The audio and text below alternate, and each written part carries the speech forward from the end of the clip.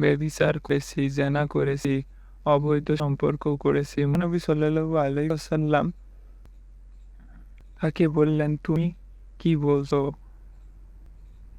তোমার হুঁশ ঠিক আছে তো? মহিলা বললেন, হুজুর আমি সত্যি বলছি, আমি জেনা করেছি।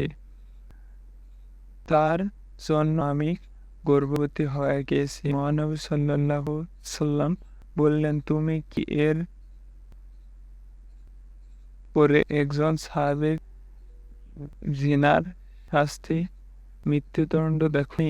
মহিলা বললেন, হ্যাঁ হুজুর, আমি জানি, আপনি আমাকে পাক করে দিন। মহানবী সাল্লাল্লাহু আলাইহি ওয়াসাল্লাম বললেন, ঠিক আছে, এখন তুমি গর্ভবতী, আগে তোমার সন্তান প্রসব করো, তারপর তোমার বিচার হবে। মহিলা চলে গেলেন। তার পিছনে কোনো প্রহরী কিংবা পাহারাদার দেওয়া হলো না। সন্তান প্রসব করার পর ঠিক মহিলাটি মহানবী সাল্লাল্লাহু আলাইহি ওয়াসাল্লামের কাছে ফেরত চলে আসলেন এবং বললেন, হুজুর আমি সন্তান প্রসব করেছি, এবার আমাকে পাক করে দিন। মহানবী সাল্লাল্লাহু আলাইহি ওয়াসাল্লাম বললেন, তোমার সন্তান এখনো ছোট, সে যতদিন বড় যতদিন সাবল্য পান ততদিন তুমি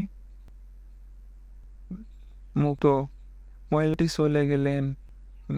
নেই প্রহরী, নেই কোনো পাহারাদার। মহিলাটি ঠিকই শিশুর স্তনপান করা শেষ হলো। আবার আসলেন। মহিলাটি এবার বললেন, হুজুর পাক আমাকে পাক করে দিন। তখন মহানবী সাল্লাল্লাহু আলাইহি ওয়াসাল্লাম তার শাস্তি ঘোষণা করলেন। মহিলাটির শাস্তি স্বরূপ শরীরের কাপড় পেঁচিয়ে মাটিতে পুঁতে দেওয়া হলো।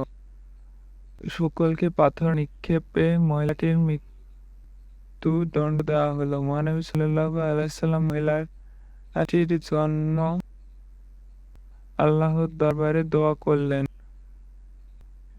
ওমর রাদিয়াল্লাহু তাআলা আনহু বললেন, ইয়া রাসূলুল্লাহ, আপনি একজন ব্যভিচারীর জন্য দোয়া করছেন? তখন মহানবী সাল্লাল্লাহু আলাইহি ওয়াসাল্লাম বললেন, সে যেভাবে তাওবা করেছে তা যদি ৭০ জন মক্কাবাসীকে ভাগ করে দেওয়া হয়, তবুও ৭০ জন জান্নাত পাওয়ার জন্য ওই তাওবা যথেষ্ট। সুবহানাল্লাহ।